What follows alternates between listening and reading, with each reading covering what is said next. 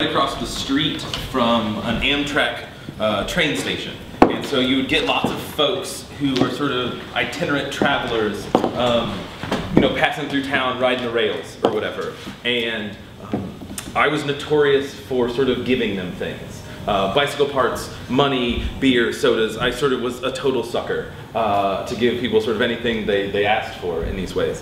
And one day, this fellow comes in and he pulls out a switchblade and sort of like, then like throws it just past my face and like tells me that there should have been a dartboard there. I get a little uncomfortable, not really knowing what to do. I grab onto his hand and sort of like try to escort him out, and he keeps telling me how much he needs this sort of, I think it's actually a butterfly knife because they don't sell switchblades anymore.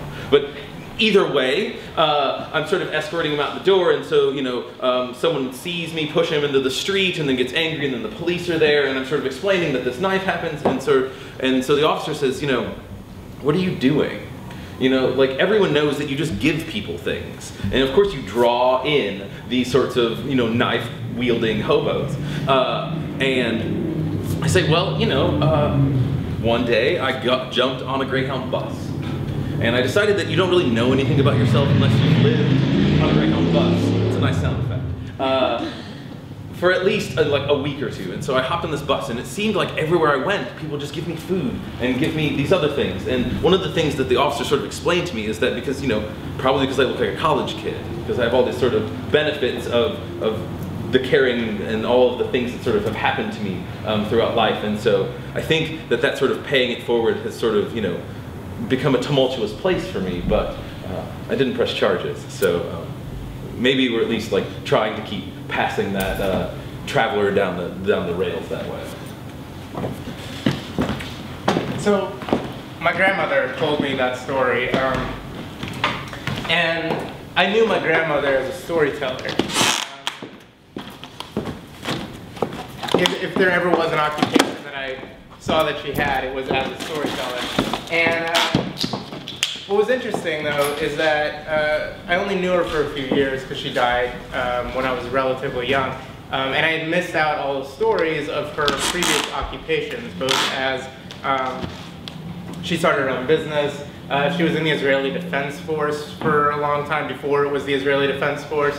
And she was actually, she met my grandfather because she was his commanding officer in the Army. And I never heard these stories until much later, after she passed away. So it was kind of cool to hear those things. And that's sort of the reason why I wanted to start tonight with that story for me. But the next story that we're going to tell, we're not sure what it's going to be yet. And we'd like to solicit some help from the audience. We have this game that we like to play. And it involves a few members of the audience coming up and helping us out. It's not hard. You're just going to sort of tell some stories, and you don't need to worry because other people will jump in and help you out. So can we get some people to come on up and help us tell some stories? And remember, we know some of you, so we'll twist your arm. But it's fun. Yeah, come on. I mean, like, we create these stories this way, and this is how we decide, like, how we tell stories, what stories to tell, because none of the stories are fully our own. We steal bits from people all the time. And so we'd really love to steal some of your stories. And then you guys can steal some of ours. It'll be, you know, all sorts of stealing and fun. So come on up. Yes. Yeah. Who else? Couple more, just a couple more folks. Like maybe like 3 or 4 more people? You're much closer to the beer this way? It's true.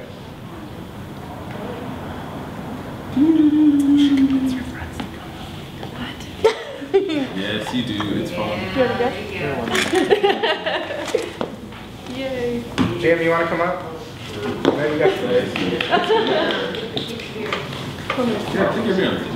This is also an optimum time to tweet your stories. So,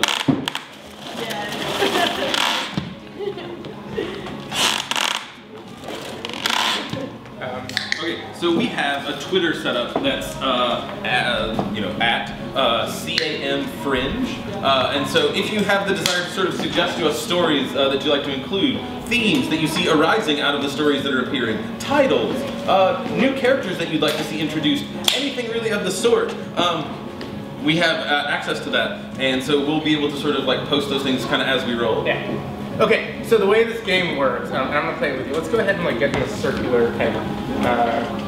Yeah. All right. So the way this works is, like I said, you sort of jump off of other people's stories, and what will happen is we'll start with the theme of occupation. Someone will jump into the middle of the circle and start telling a story that involves some sort of occupation or about Occupy or something, right? Then, as you feel the spirit move you to tell a story of your own, you will jump in and tap the person on the shoulder and start telling your own story. It could be because of something that someone else said, or it could be something of the theme, or it could be just a story that happens to pop into your head. Does that make sense? Okay. And then what we're going to do is look at some of the small themes that arise from this, types of stories, and either Benjamin or I will try to tell a story that we know that might incorporate some of these things as well. And it'll be a disaster, but it'll be a fun disaster. So, anyone have a story to start with occupation?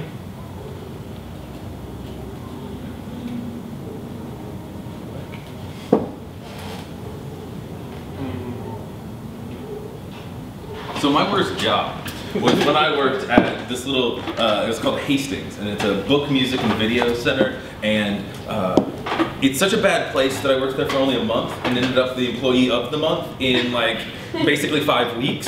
My first job was at Pizza Hut, and I was supposed to be working the phones, and then I found out that the manager kept taking me away from the phones and putting me in the back to wash the dishes. I thought that I was like being punished for something, but I was okay with it because if you're in the back washing the dishes, you get to listen to music and you get the occasional burn every now and then from the hot pan. But my first job at the ice cream store, we used to have to wash the floors, and we used to take SOS pads and just dump a bucket of water on the floor and throw SOS pads down. We used to ice skate around, and yeah, it was a lot of fun. And then I also worked at an ice cream store when I met my wife, so that was kind of. Speaking of games at work, we used to lifeguard, and we had a great game of using our like lifeguard tube, which was to rescue people with, as like a baseball bat, like trying to like hit kids with like balls that you're throwing and pitching back and forth.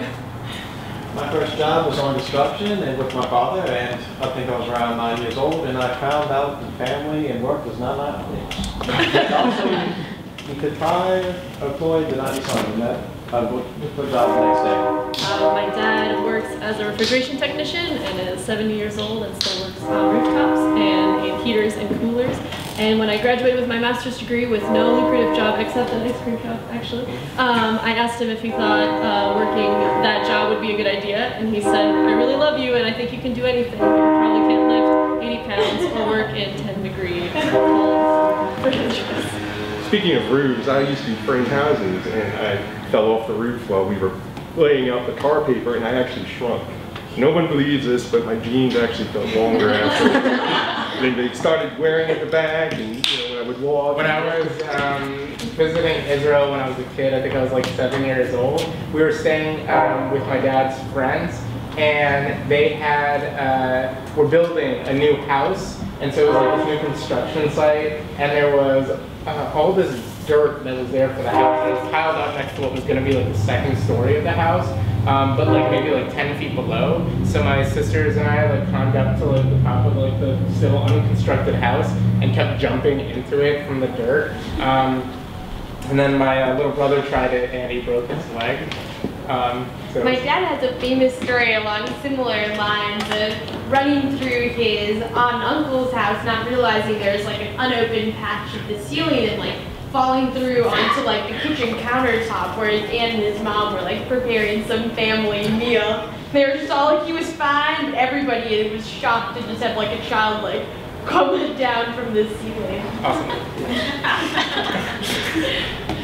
My dad, on one house in particular, I always thought it was fun running through the doors and running through all the houses. Yet my dad did not tell me one day that he knocked off the balconies of this one house. But I had the doorknob. Awesome. So thank you all. That was fantastic. Let's give it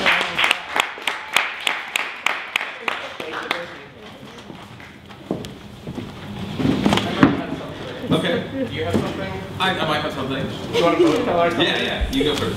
Okay, so let's see, how should I begin this? At the beginning. At the beginning. The beginning was when we went for ice cream. And I was with my family, my sister and I. My sister is 10 months older than me. They call us Irish twins. I don't know if that's like a bad thing or what, but but we've always been like really close. But like when we were kids, we were close in that like I want to kill you kind of way. And so we went out for ice cream, and my dad was in construction, and so like he comes home. It's in the middle of summer. And he comes home from a construction site, and he's like covered in sawdust and all this stuff. And we lived in the harbor in California. And like there was an ice cream shop maybe about 3/4 of a mile away. So we all walked to this ice cream shop. And then my sister that day for some reason is just relentlessly picking on me. You know, and she's doing it slyly behind my parents' back. And as the younger child, I think I might have been like 6 or so, I didn't have the like wherewithal to like insult her back without my parents hearing it. So I kept getting in trouble for it all day. But regardless, my dad was like, I'm gonna take you for ice cream, and he takes us off to ice cream, and we go there, and then we get our ice cream, and we're eating our ice cream, and we're walking back home, and my sister is like nudging me and like making fun of me so that my like dad can hear. My dad's walking in front of us, and as my sister's walking, she's like, so I'm right here, and my sister's right here. And she's walking and she's like making fun of me and like looking at me and like calling me names and stuff. And I noticed that she's about to walk right into a pole, right? And there's a part of me that thinks like, okay, maybe she sees this. And there's a part of me that really hopes that she doesn't see this. And sure enough, she doesn't see it. And we're walking, and then bam, right into the pole. And she falls flat back, knocks herself out from the pole. My dad freaks out. The ice cream, this is the best part, fell on the floor. And so, well, then I think I had to share my ice cream with her, but it was totally worth it. So now anytime my sister, who is now in her 30s and pregnant, starts to make fun of me,